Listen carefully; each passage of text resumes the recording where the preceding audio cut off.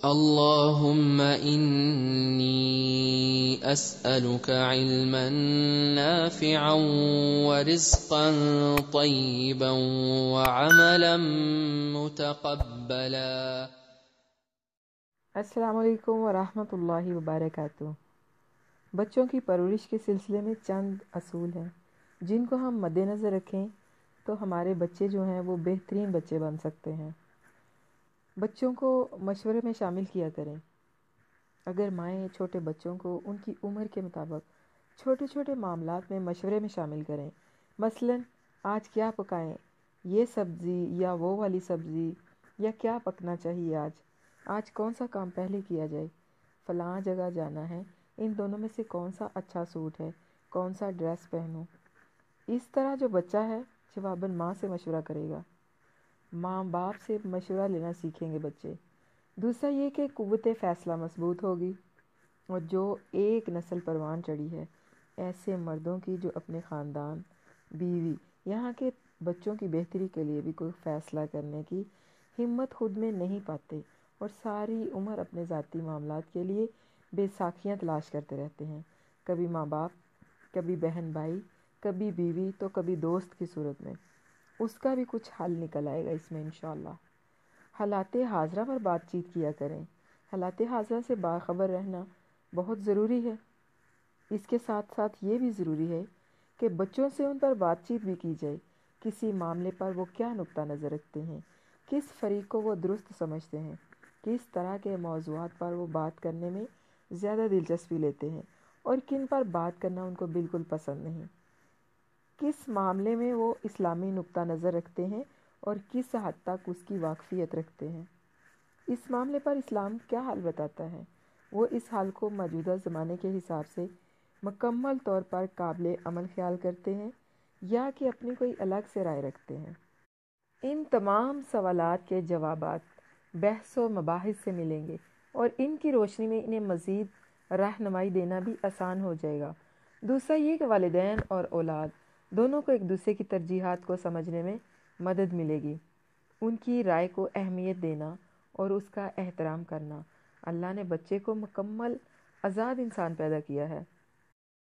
جو ہے تو ہمارا ہی ایک حصہ، مگر والدین یہ بھول جاتے ہیں کہ ہمارا حصہ ہونے کے باوجود وہ اپنی جگہ ایک خود مختار انسان بھی ہیں، جسے اللہ تعالیٰ نے قوت ارادی، اپنی ذات کی پہچان، عزت نفس،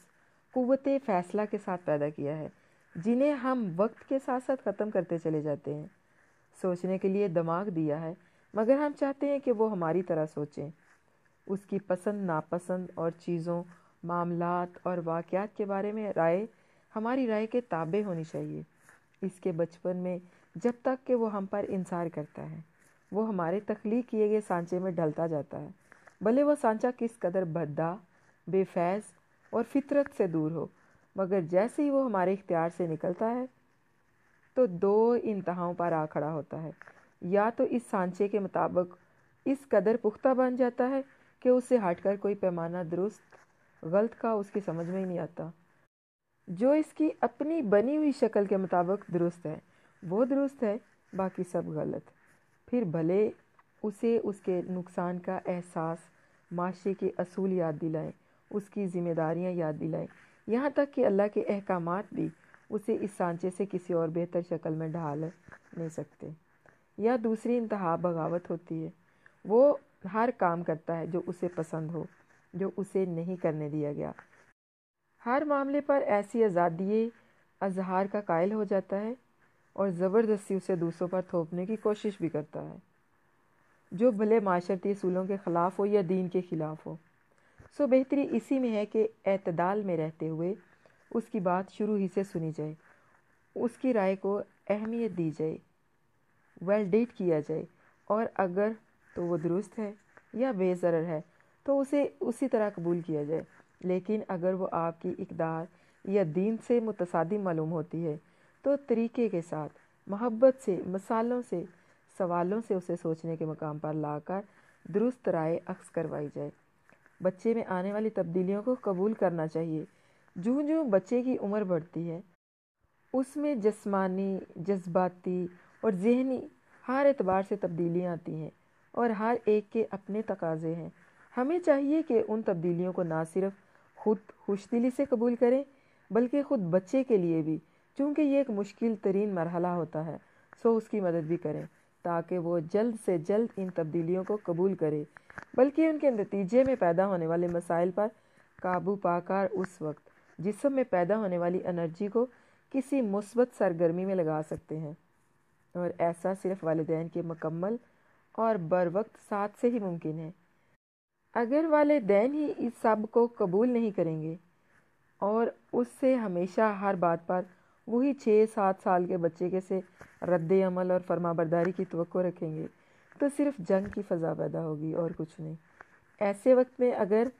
آپ کوئی بات منوانا چاہتے ہیں تو وہ طاقت کی کھینچا تانی سے نہیں بلکہ ہلکے پھلکے انداز میں، کبھی مزاح میں تو کبھی ایک جملے پر مشتمل ہدایت اور نصیحت کی صورت میں ممکن ہوگا، اور کبھی اس کی بات نہ ماننے کو نظر انداز کرنا بھی پڑے، کیونکہ دونوں فریق اگر ضد میں آتے ہیں مطلب وہی طاقت کا اظہار، تو معاملات بگڑ جاتے ہیں۔ سنورنے کی بجائے معاملات کے خراب ہونے کا زیادہ خدشہ ہوتا ہے۔